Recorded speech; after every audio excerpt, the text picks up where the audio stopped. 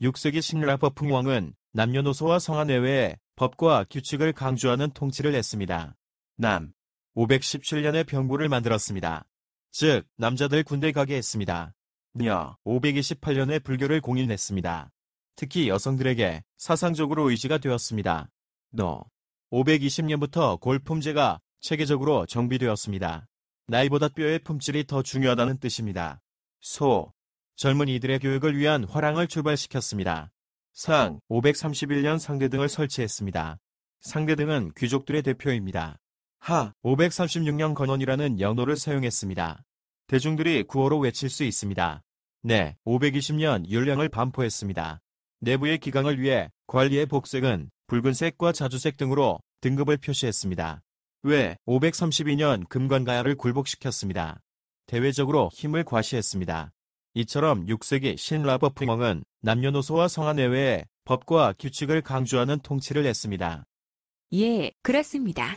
6세기 신라 버풍왕은 남녀노소와 성한 내외의 법과 규칙을 강조하는 통치를 했습니다. 남 517년에 병부를 만들었습니다. 즉 남자들 군대 가게 했습니다. 며 528년에 불교를 공인했습니다. 특히 여성들에게 사상적으로 의지가 되었습니다. 노 520년부터 골품제가 체계적으로 정비되었습니다. 나이보다 뼈의 품질이 더 중요하다는 뜻입니다. 소 젊은이들의 교육을 위한 화랑을 출발시켰습니다. 상 531년 상대등을 설치했습니다. 상대등은 귀족들의 대표입니다. 하 536년 건원이라는 연호를 사용했습니다. 대중들이 구호로 외칠 수 있습니다. 네 520년 율령을 반포했습니다. 내부의 기강을 위해 관리의 복색은 붉은색과 자주색 등으로 등급을 표시했습니다. 외 532년 금관가야를 굴복시켰습니다. 대외적으로 힘을 과시했습니다. 이처럼 6세기 신라 버풍왕은 남녀노소와 성한 내외의 법과 규칙을 강조하는 통치를 했습니다.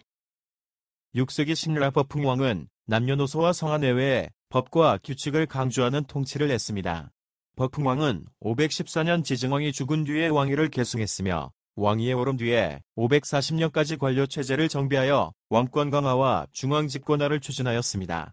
남 517년에 병부를 만들었습니다. 즉 남자들 군대 가게 했습니다. 병부를 만들었다는 것에서 우리는 버풍왕 시절부터 국가가 군대를 체계적으로 조직하고 활용했다는 것입니다. 며 528년에 불교를 공인했습니다. 특히 여성들에게 사상적으로 의지가 되었습니다. 불교라는 종교는 새로운 이념을 제공해주고 권력을 신성하게 만들어 나가는 면이 있습니다. 너 520년부터 골품제가 체계적으로 정비되었습니다. 나이보다 뼈의 품질이 더 중요하다는 뜻입니다. 520년 율령이 반포되면서 17관 등이 정해지고 골품제도도 정비되기 시작했습니다. 소 젊은이들의 교육을 위한 화랑을 출발시켰습니다. 신라 특유의 교육제도이자 후에 삼국 통일의 주역으로 성장하는 화랑제도를 시작한 것도 버풍왕입니다. 상 531년 상대등을 설치했습니다.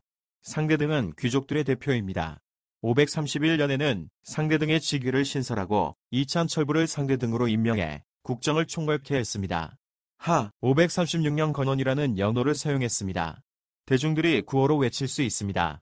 536년에는 강화된 왕권을 나라 안팎에 내보이기 위하여 신라에서는 처음으로 독자적인 연호를 사용하여 건원원 연호로 하였습니다. 네, 520년 율령을 반포했습니다. 내부의 기강을 위해 관리의 복색은 붉은색과 자주색 등으로 17관 등의 등급을 표시했습니다. 외 532년 금관가야를 굴복시켰습니다. 대외적으로 힘을 과시했습니다. 532년에 금관가야의 구해왕이 새아들 노종, 무덕, 무력과 함께 항복해오자 금관가야의 옛 땅을 그에게 시급으로 주고 상등의 지위를 부여하였습니다. 이처럼 6세기 신라 버풍왕은 남녀노소와 성한 내외의 법과 규칙을 강조하는 통치를 했습니다. 예, 그렇습니다. 6세기 신라 버풍왕은 남녀노소와 성한 내외의 법과 규칙을 강조하는 통치를 했습니다.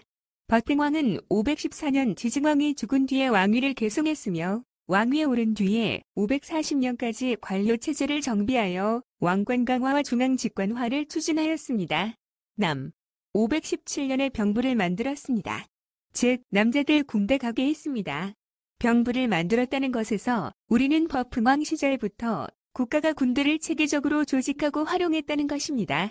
며 528년에 불교를 공인했습니다. 특히 여성들에게 사상적으로 의지가 되었습니다. 불교라는 종교는 새로운 이념을 제공해주고 권력을 신성하게 만들어 나가는 면이 있습니다. 노 520년부터 골품제가 체계적으로 정비되었습니다. 나이보다 뼈의 품질이 더 중요하다는 뜻입니다. 520년 율령이 반포되면서 17관 등이 정해지고 골품제도도 정비되기 시작했습니다. 소 젊은이들의 교육을 위한 화랑을 출발시켰습니다. 신라 특유의 교육제 도입자 후에 삼국 통일의 주역으로 성장하는 화랑제도를 시작한 것도 법흥왕입니다. 상 531년 상대등을 설치했습니다. 상대등은 귀족들의 대표입니다. 531년에는 상대등의 직위를 신설하고 2000 철부를 상대등으로 임명해 국정을 총괄케 했습니다. 하 536년 건원이라는 연호를 사용했습니다. 대중들이 구호로 외칠 수 있습니다.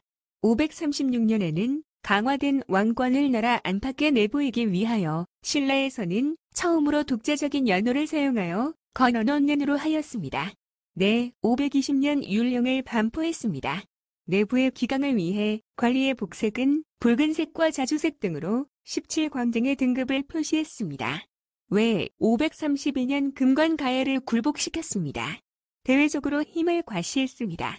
532년에 금관가야의 구해왕이 새 아들 노종, 무덕, 무력과 함께 항복해오자 금관가야의 옛 땅을 그에게 시급부로 주고 상등의 지위를 부여하였습니다. 이처럼 6세기 신라 법흥왕은 남녀노소와 상하 내외의 법과 규칙을 강조하는 통치를 했습니다.